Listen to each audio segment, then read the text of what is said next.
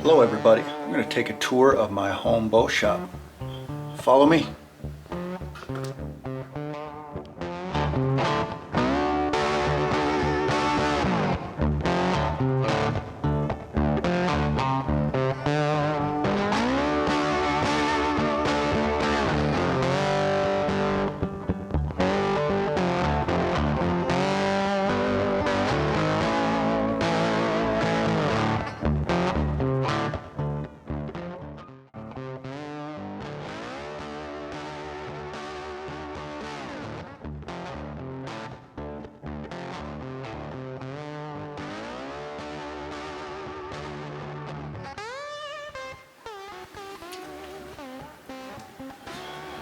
So this is my home bow shop. I've got a bunch of stuff up here, other lockers that I picked up for storage and stuff. But anyways, sorry about the lighting.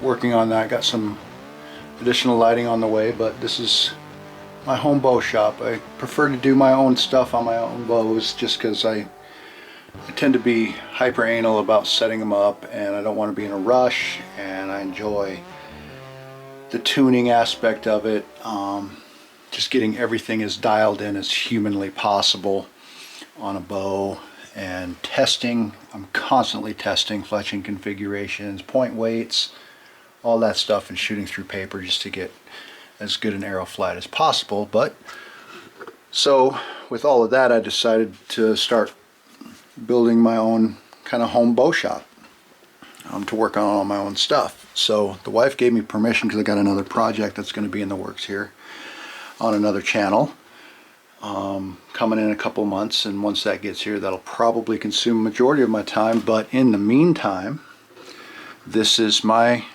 bow shop here, so we'll do a quick walk around and cover some of the stuff I have in here.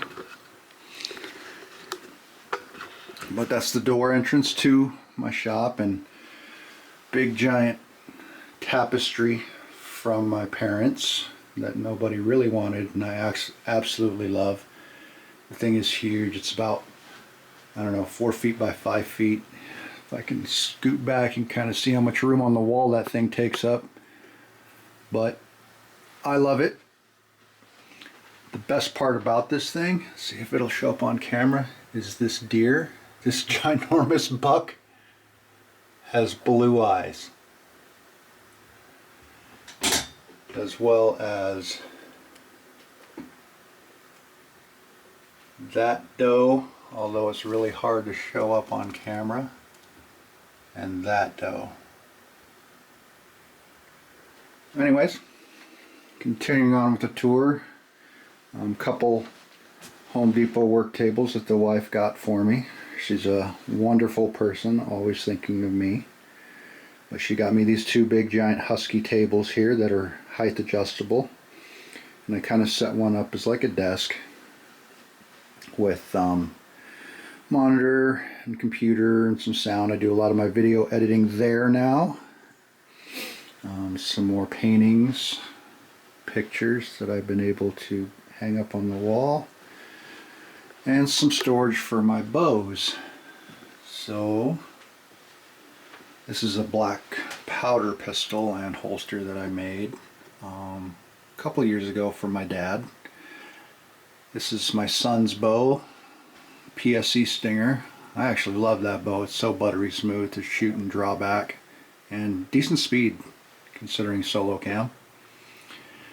This is the new one that I'll be putting together here in a couple of video series, as well as this one will probably be my backup, but I'll probably hunt with both depending on how I feel for the day. But that's my Prime Inline 5. Love it. It's surprisingly fast, and because of my draw length and stuff, pulling back about 74 pounds, and absolutely love it.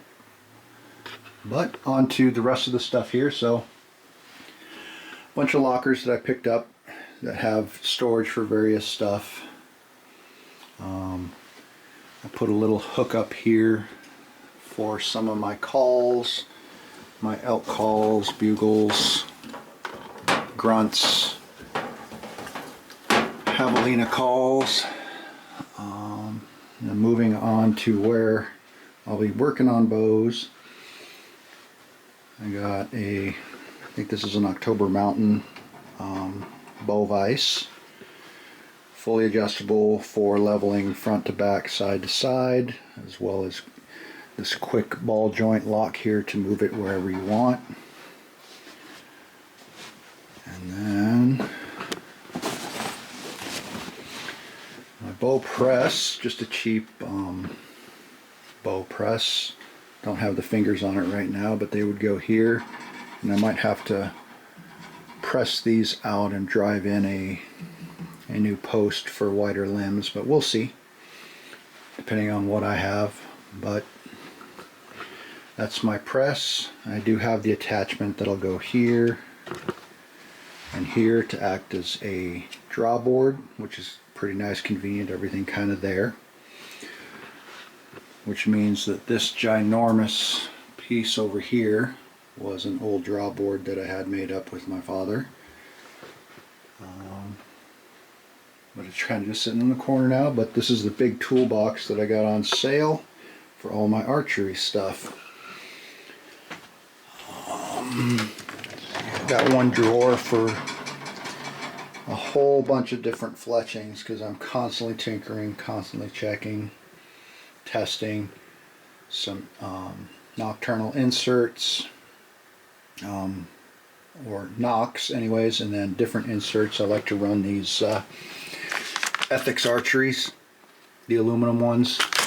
I don't cut them down, so they're about 85 grains total length.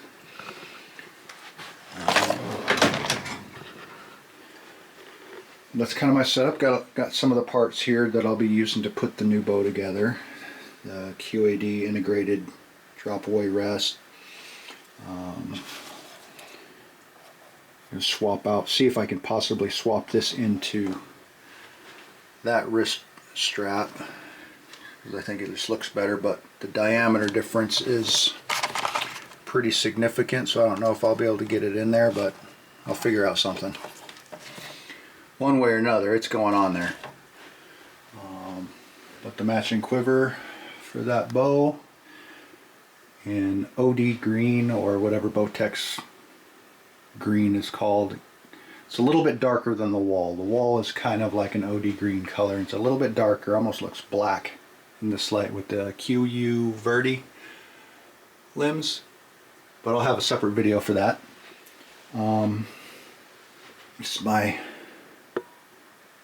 paper tuning stand here that I'll set up probably, I don't know where yet, haven't gotten that far, but for paper tuning, and I'll have a separate video on how I built that.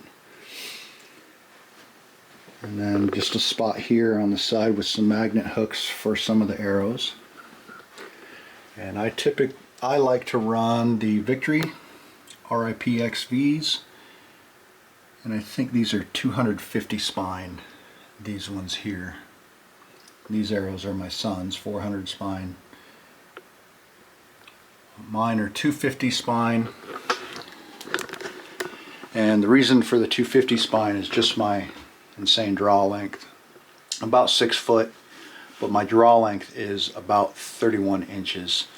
I know it shouldn't be, but it is, and because of that and the point weight that I'm running, because I'm running anywhere between 100 and 125 grain broadheads, or points rather, mostly 100 point plus the 85 on top. With the inserts there, I get better arrow flight with the 250 spine, so that's what I run. And I'm going to run the same arrow through both bows, tune both bows so they shoot the same arrow, so that I don't have to have a custom arrow for each one. But that's my intent anyways, and that is my home bow shop.